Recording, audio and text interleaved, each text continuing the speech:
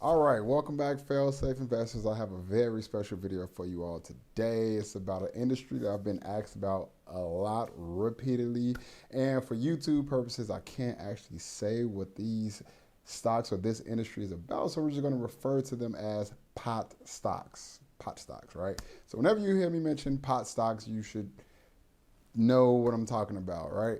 So there's no time for the intro, so we're just gonna jump right into this video. When I looked into the pot stocks or the pot industry, there's a couple things that I found out that actually was quite shocking to me. So the question that I was asking myself looking into these companies were, what were holding these companies back and what was keeping them down, and why haven't they grown into the valuations that a lot of my peers are saying that these companies should grow into, or people are telling me that, this is the new industry, this is the way things are going to be. And I'm just wondering, like, why haven't these things happened yet? So we could say the pot industry has been around for quite some time, but the stocks didn't start hitting the stock market until 2018.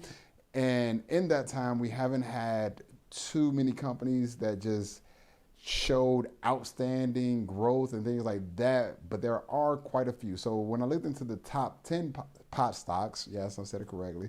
When I looked into the top 10 pot stocks, there are some things that stuck out. The largest company that I found was Canopy Growth, and that had an evaluation, or should I say a market cap of around $8 to $9 billion, and that was the largest.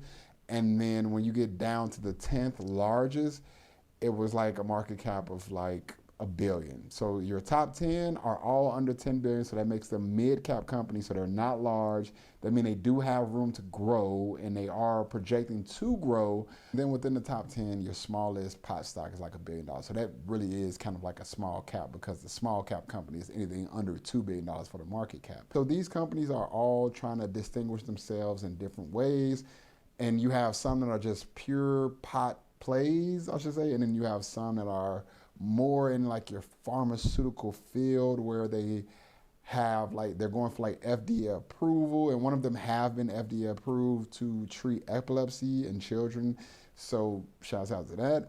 So that could be a moneymaker for them. But the number one thing that I found that was holding all these companies back was the regulations, the legality of it, I should say the federal government. Within the top 10 largest pot stocks, the top 5, or should I say most of them aren't even in the United States. So most of these companies are operating out of Canada, and I think I found like 1 or 2 companies that operated within the United States and is from the United States. So my thought process with that was, if they're in Canada and it's fully legal across Canada, then there should be nothing holding these companies back.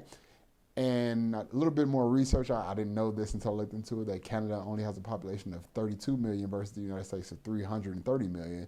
So that is why most of those companies, even though they're in Canada, they mostly operate in the United States. Now, they're large in Canada also, they do sell in Canada, but there are laws in Canada that prohibits these companies from promoting or advertising cannabis, THC, or anything in their own market in Canada, and they kind of don't do it in the United States either. So you might see certain celebrities probably promote it. I don't know if they're paid or not. I'm just giving you my opinion on these companies. Looking at the number 1 stock, Canopy Growth is actually a success story, and this is your best case scenario.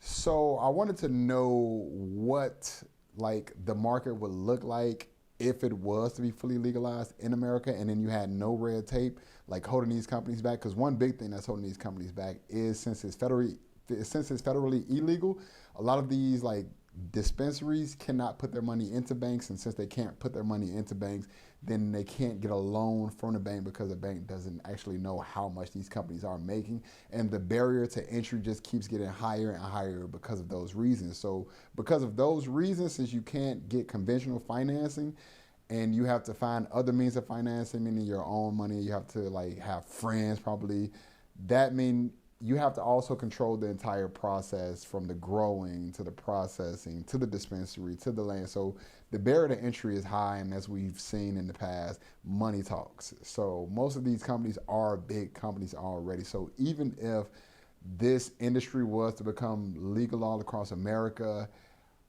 most of these top 5 companies will already be in position to just make profit, and they're already set up to just take over the industry as a whole. So I wanted to know, like I said, what would possibly change, or what could something that was illegal look like once it becomes legal? And the only example that I have of that, looking through the history of time, would be probably the Prohibition era, which happened around the 1930s. Contrary to popular belief, there were alcoholic stocks trading on the stock exchange during the Prohibition era, right? So Anheuser-Busch was in that era. And there is a chart that shows that once the legalization of alcohol was about to happen, like literally as the cusp of legalization was about to happen, and it kind of went through, those stocks, those alcohol stocks, shot through the roof, because a lot of people thought the same way that people think about these pot stocks, that, oh, once it's legal, it'll shoot up.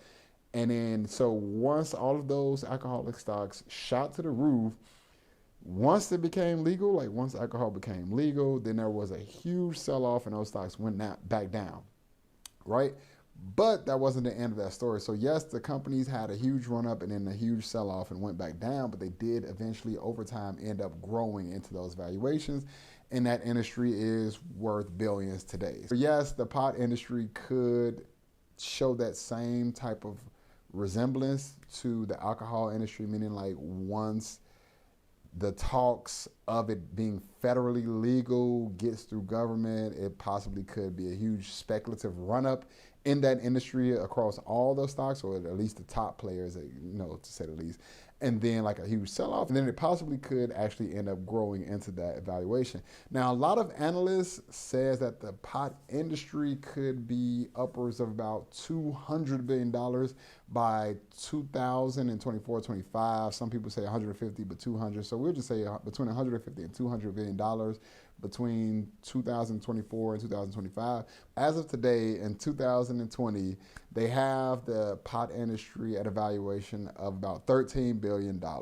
Now, if we were to scale that and we say, let's take Canopy Growth as an example, and we take the industry as a whole and say that this industry could be worth about $200 billion in the best case scenario, and then you have the most successful company, which would be Canopy Growth, with a market cap of about $8 billion right now. So when that industry grows to $200 billion, what could Canopy Growth look like?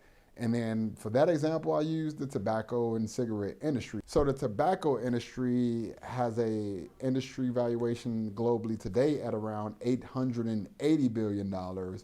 And they have 3 large companies that pretty much run that industry. And Philip Morris is one of them. If you don't know the Marlboro brand, Google it. But the Marlboro brand is a Philip Morris brand. They trade on the stock exchange. I don't really know the ticker symbol right now, so you got to forgive me for that one.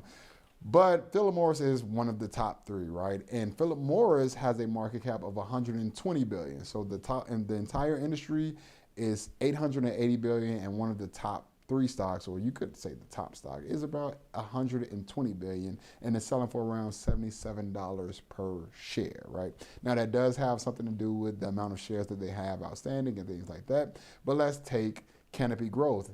Canopy Growth, we have the industry selling at $200 billion in 2024, and let's say Canopy Growth grows with the industry, and let's say they have the same percentage as Philip Morris, or something even close to that, and we'll say that they have a market cap of around $20 billion at that scale, if we were to scale it. And these are just rough numbers. I could be wrong. These are not exact numbers, but this is rough numbers that I'm working with. So we'll say $20 billion. Even at $20 billion, the stock per share would probably be around like 40 to 50 bucks, 45 to 50 bucks exactly. And that's just based off the market cap today and what the market cap could be tomorrow. And we're just saying around that. So 50 bucks, and that's about 2024. So my advice would be to wait until there is either some growth in this industry, or wait until it is fully legalized and wait till the sell-off. And then if that's what you want to do, and you do believe in the pot industry as a whole and not just you want to take pieces of the profits, then if you cannot find a great company within that industry, then I would just recommend an ETF. And there are some great ETFs that you can invest in that pretty much encompasses that entire industry to where you don't have to do that much research and you can save some time. A couple off the top of my head would be YOLO, YOLO. That's pretty much a pure pot play.